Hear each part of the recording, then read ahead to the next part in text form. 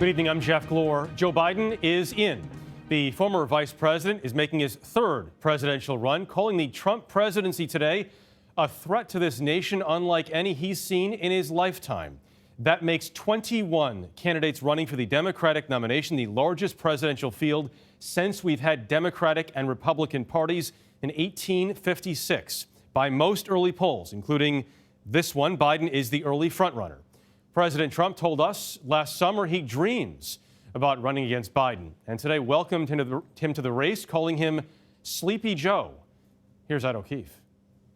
Hours after announcing his campaign, Joe Biden was spotted on his beloved Amtrak train from Washington to Delaware, and then picking up pizza in his hometown of Wilmington.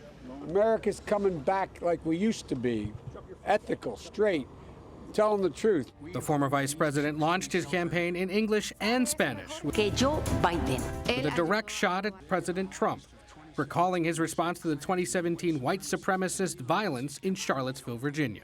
He said there were, quote, some very fine people on both sides. And in that moment, I knew the threat to this nation was unlike any I had ever seen in my lifetime. The president welcomed Biden to the fray with a tweet, calling him Sleepy Joe.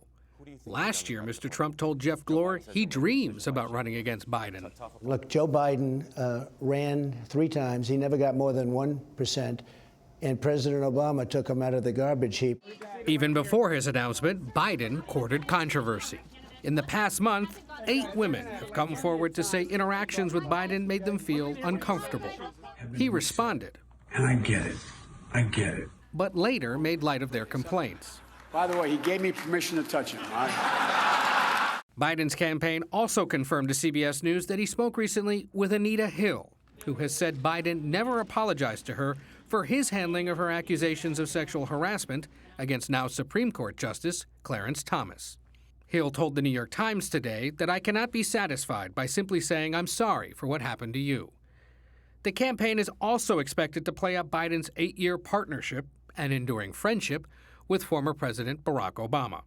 Today, Mr. Obama said that picking Biden as his 2008 running mate was one of the best decisions he ever made. But he isn't going to endorse a Democratic candidate. I asked President Obama not to endorse. Whoever wins this nomination should win it on their own merits. It's so interesting to watch the different approaches here. Democrats are that are in right now, focusing on each other, some on policy.